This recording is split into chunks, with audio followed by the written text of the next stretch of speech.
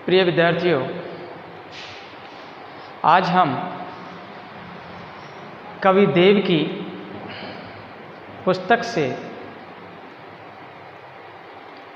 एक अवतरण लेते हैं।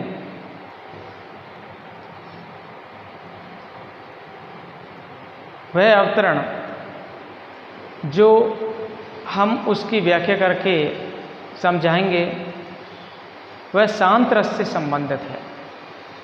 इस अवतरण में जो ये अवतरण है, इस अवतरण में ये बताया गया है कि जो कवि होता है उस कवि में कौन कौन से गुण होना आवश्यक है। तो देखो, पहले मैं इस अवतरण के कुछ कठिन शब्दार्थ बता देता हूँ। कठिन शब्द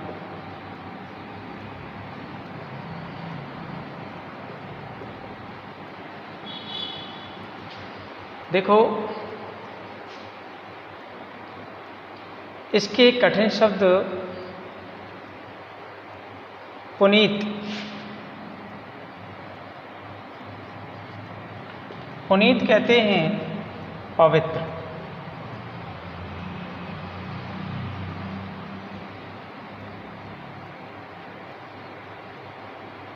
शशि, शशि का अर्थ होता है चंद्रमा, सविता कहते हैं सूर्य को, ताही, ताही का मतलब है उसे,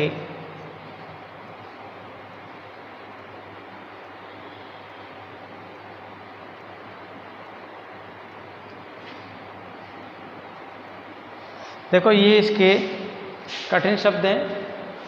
पुनीत कहते हैं पवित्र को, शशि माने चंद्रमा, सविता कहते हैं सूर्य को, और ताही कहते हैं उसे। तो देखो, पहले मैं इसको पढ़ करके सुना देता हूँ। जाके ने काम न किरोध विरोध ने, जाके ने काम न किरोध विरोध ने, लोभ छुबे नहीं लोभ की छाँव। जाके न काम न किरोध विरोध न, लोभ छुबे नहीं लोभ की छाँव। मोहे न जाही रहे जग बाहिर, मोहे न जाही रहे जग बाहिर, मोल जवाहिर ते अति चाहूं।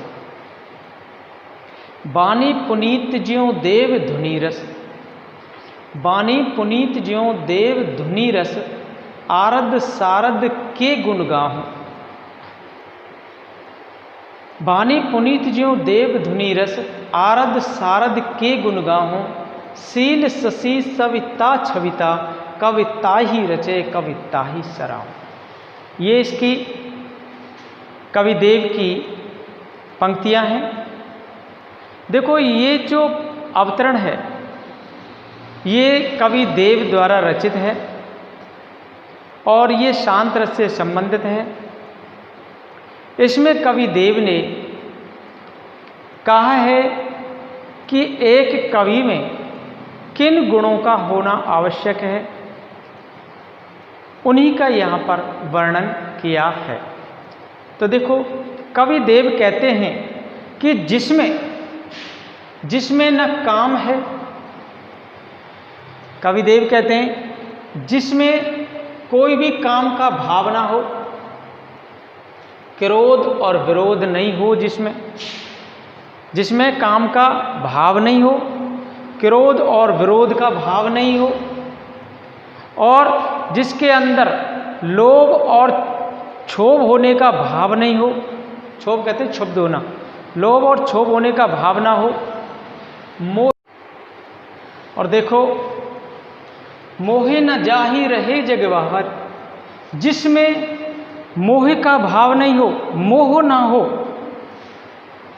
इस संसार से तटस्थता का भाव रखता हो, और मोल जवाहिर ते अति चाहूं, मोल जवाहर ते अति चाहूं, इन विशेषताओं को जो ये विशेषता हैं, इनको जवाहरात से भी अधिक जो व्यक्ति महत्वपूर्ण मानता है, वही व्यक्ति कवि कहलाने के योग्य होता है।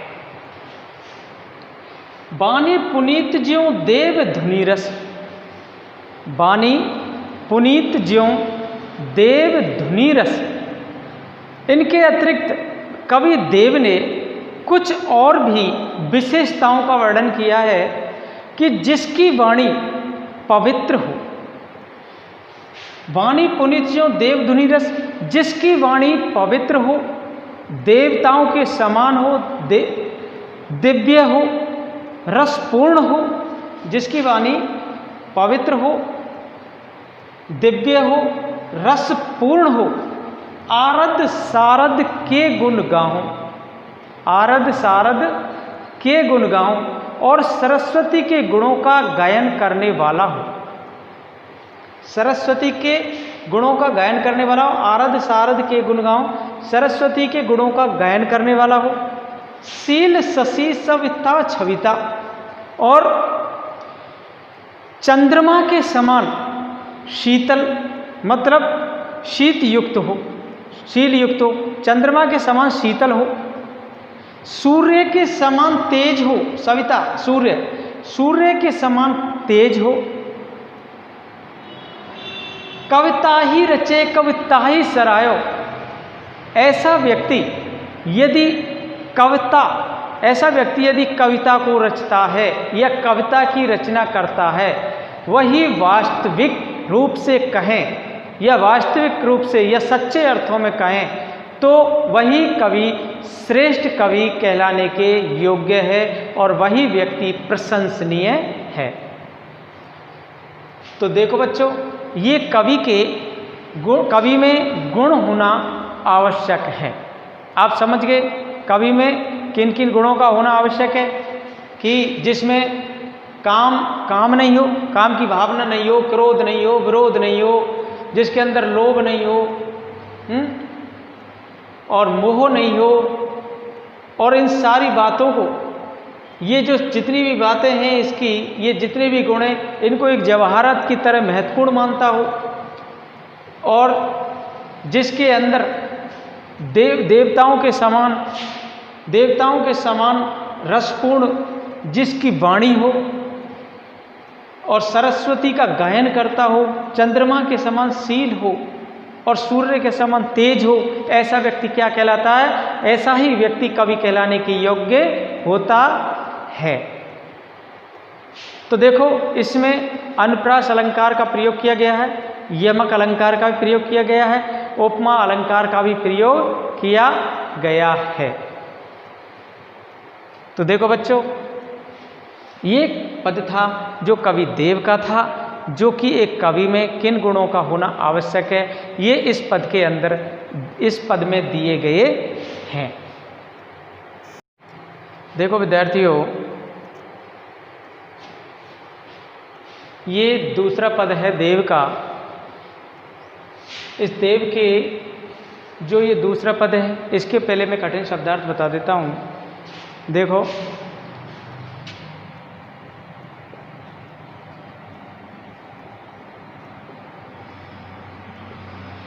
को कहते हैं,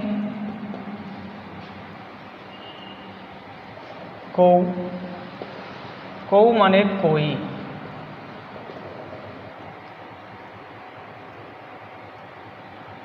और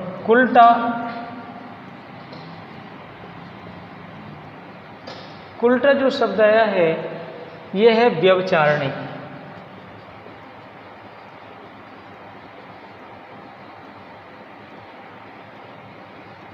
कुलीन अच्छे कुल वाली और अकुलीन बुरे कुल वाली होती है।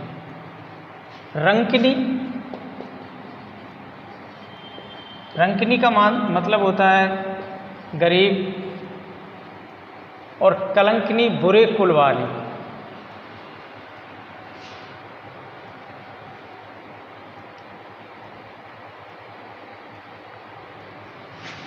टेक शब्द आया, टेक का मतलब है अपने मन की इच्छा पूर्ति करने वाले। मन की बात मानने वाली, मतलब अपनी जिद पर अड़ जाती है जो। बनवारी श्री कृष्ण को कहते हैं, मुकुटवारी भी श्री कृष्ण को कहते हैं। पीत पट मतलब पीले वस्त्र, पीत पट का मतलब होता है पीले वस्त्र, और वारो, वारो का मतलब होता है न्यौछावर करना।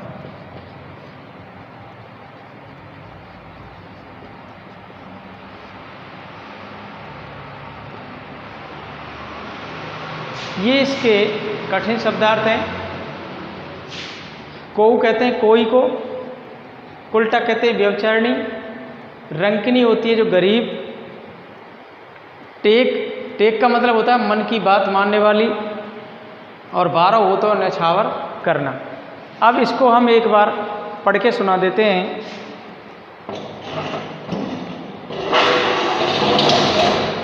देखो इसको हम एक बार पढ़ देते हैं इस पद को। को कहो कुल्टा कुलीन ए कुलीन कहो, को कहो कुल्टा कुलीन ए कुलीन कहो, को कहो रंकनी कलंकनी को नारी हो,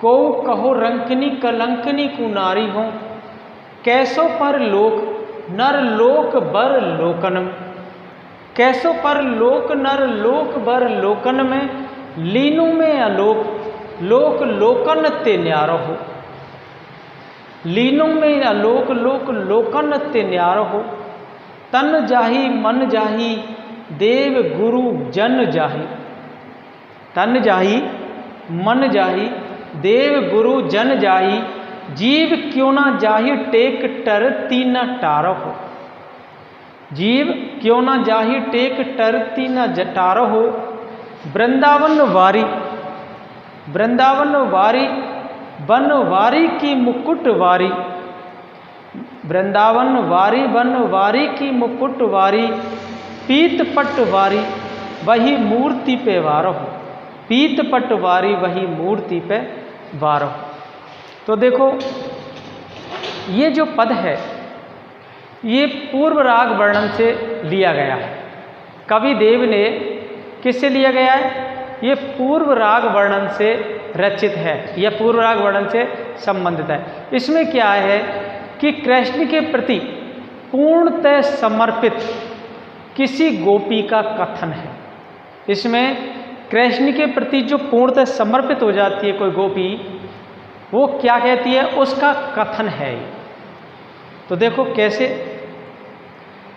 कोई इसमें कोई प्रेम करने वाली गोपी होती है, श्री कृष्ण से प्रेम करने वाली गोपी, जो प्रेम में बहुत ही आसक्त गोपी है। तो कैसे कोई प्रेमासक्त गोपी कहती है कि मुझे भले ही को कहो कुल्टा कुलीन है कुलीन कहो, कोई कहो रंकनी कलंकनी कुनारी हो, चाहे कोई मुझे कुल्टा कहे, कुल्टा कहते हैं व्यभिचारिणी, क्या व्यभिचारिणी पापी औरत होती है जो, कोई मुझे कुल्टा कहे या व्यभिचारिणी कहे, कुलीन कहे, कुलीन कहते हैं बुरे कुल वाली, या कोई मुझे बुरे कुल वाली कहे, मुझे गरीबनी कहे, मुझे कलंकनी कहे, बुरी नारी कहे, मुझे इसकी कोई भी चिंता नहीं है। मुझे कोई कुल्टा कहे, चाहे मुझे कोई बुरे कुलीन कहे, मुझे कोई कुल्टा कहे या कुलीन कहे या बुरे कुल वाली कहे, चाहे कोई मुझे रंकिनी कहे मतलब गरीबनी, चाहे कोई मुझे कलंकनी कहे कुनारी कहे, कलंक लगाने वाली कलंकिन जिस पर दोष मत दिया जाता है, या फिर मुझे कोई बुरी नारी करे, मुझे इसकी कोई भी चिंता नहीं है। देखो फिर आगे पढ़ते हैं, कैसो पर लोक नर लोक बर लोकनते, कैसो पर लोक, कैसो पर लोक नर लोक बर लोकन में, लीनों में या लोक लोक लोकन ते न्यारो हो, लोकन ते न्यारो हो। तो ये जो कवि है, कवि के वर्णनानुसार वो नायिका, जो गोपी, जो कृष्ण के प्रेम में आसक्त है, जो गोपी कृष्ण के प्रेम में आसक्त है, वह क्या कहती है?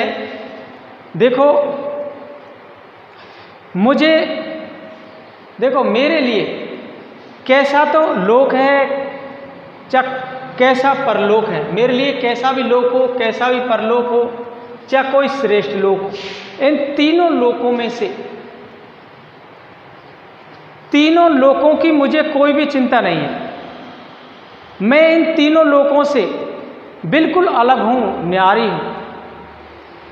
ये दुनिया है, इन दुनिया में जो तीन लोक हैं, इन तीनों लोकों से मैं अलग हूं। मतलब ये कि लोक परलोक जैसे इन बातों पर मैं कभी भी विचार नहीं करती हूं। तन जाहि मन जाहि देव गुरु जन जाहि, जीव क्यों ना जाहि टेक टरती न टारो। कवि वो गोपी कहती है जो कृष्ण भक्ति में, कृष्ण में आसक्त है, चाहे मेरा शरीर समाप्त हो जाए, चाहे मेरा शरीर नष्ट हो जाए, और चाहे मेरा मन कहीं जाए, चाहे देवता गुरु और बड़े लोग वे नाराज हो जाएं, रुष्ट हो जाएं, जीव क्यों ना जाहि टेक टरती न टारहो। और जो ये जीव है, मेरे प्राण, चाहे मेरे प्राण ही क्यों ना चले जाएं, चाहे मेरे प्राण ही क्यों ना चले जाएं, टेक टरती न टारहूं, परंतु मैं अपनी जिद पर अड़ी रहूंगी, मैं अपनी जिद पर अड़ी रहूंगी, क्योंकि मैं अपनी जो मैं चाहती हूं मैं वो ही करके रहूंगी, जो मैंने मन में ठान लिया मैं वो ही करूंगी। वृंदावन वारी बनवारी की मुकुटवारी, पीत पटवारी वही मूर्ति पे वारो। वृंदावन वारी आप जानते हैं, वृंदावन वाली कौन है? वृंदावन वारी होते हैं वृंदावन विहारी श्री कृष्ण। मैं तो वृंदावन विहारी श्री कृष्ण, बनवारी उसे ही कहते हैं, वृंदावन विहारी बनवारी, मुकुट धारण करने वाले तथा पीले वस्त्र पहनने वाले, पीत पटवारी, पीले वस्त्र पहनने वाले। जो पीले वस्त्र कौन धारण करता है? भगवान श्री कृष्ण। पीले वस्त्र धारण करने वाले कृष्ण की मूर्ति पर मैं स्वयं को न्यौछावर करती हूँ। मतलब मूर्ति पे बारो है, बारो का मतलब न्यौछावर करती हूँ। मैं कृष्ण की मूर्ति पे सब कुछ अपना न्यौछावर करती हूँ, अर्थात मैं स्वयं उस पर न्यौछावर हो जाती हूँ। मैंने तो अपने आप को श्री कृष्ण को समर्पित कर दिया है। इसके अतिरिक्त और मैं कुछ भी नहीं चाहती हूँ और ना ही मैं सोचती हूँ। तो ये जो प्रेमासक्त नायिका थी वो केवल कृष्ण पर ही आसक्त थी, कृष्ण के अलावा उसे किसी चीज़ से मतलब नहीं था। ना उसे किसी लोक परलोक से मतलब है, ना ये मतलब कि लोग मुझसे क्या कहेंगे क्या नहीं कहेंगे, उल्टा कहेंगे, एकुलिन कहेंगे, बुरी नारी कहेंगे, कुछ भी कह सकते हैं, उसको किसी बात की चिंता ना है। उसे तो अपने मन में जो ठान लिया कृष्ण को, वो पूर्णतः समर्पित हो गई और वह कृष्ण को चाहती है और कृष्ण पर ही न्यौछावर, अपने आप को न्यौछावर कर देती है।